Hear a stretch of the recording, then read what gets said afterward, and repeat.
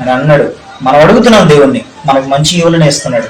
అలాగే తిరిగి దేవునికి కూడా అలాగే మనం చెల్లించాలి. మనం ఏది తింటున్నావో ఎదుటివారు కూడా అదే తినాలని ఆశపడాలి కదా. మనం కూరతో తింటే ఎదుటివాడు పచ్చడితో తింటున్నాడంటే వాడిని చూసి జాలి పడకుండా ఆడికి అదన్నా దొరికిందిలే పోనీలే అని అనుకోకూడదు. ఎదుటి వారి మీద జాలి పడాలి. ప్రభువైన యేసుక్రీస్తు ఆయన సిలువలో వేలాడుతున్నప్పుడు ఆయనకి దాహం వేసి దాహం అని అడుగుదా ఆయనకి కనీసం తాగడానికి నీళ్ళు కూడా ఇవ్వలేదంట. ఇచ్చిన ఆ ద్రాక్ష రసంలో కూడా చేదు కలిపారంట. అంటే సారా తగిలిచ్చారు ఆయనకి.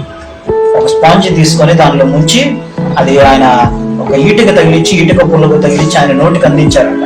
అది చేదుగా తగలటంతో రుచి చూసి దాన్ని వదిలేసేసాడంట. ఆయన పక్కన పెట్టేసేసాడంట. దాహం అని ఆ సిలువలో వేలాడుతున్న ఆ పరిస్థితిలో ఉన్న ప్రభువు మీద కూడా వాళ్ళు జాలి పడలేదంట. ఈ రోజున అలాగే ఉన్నారు కొంతమంది. దాహం అనన్నా, ఆకలేస్తుందన్నా, దిగంబరులుగా ఉన్నారు. అయ్యో దయసేవకులనన్నా చూసి జాలి పడేవాడు అప్పుడు కూడా కనపడట్లేదు ఈ రోజు. సేవకులుగా వాళ్ళకి అంతే ఉంటుంది. మరిగా ఉండీలాక ఉండా ఉంటారు. మనం బాగున్నాగా చాలే అనుకుంటున్నారు ఈ రోజు. ప్రభువైన యేసుక్రీస్తు మీద జాలి పడలేదు ఆ రోజున సైనికులైన వారు.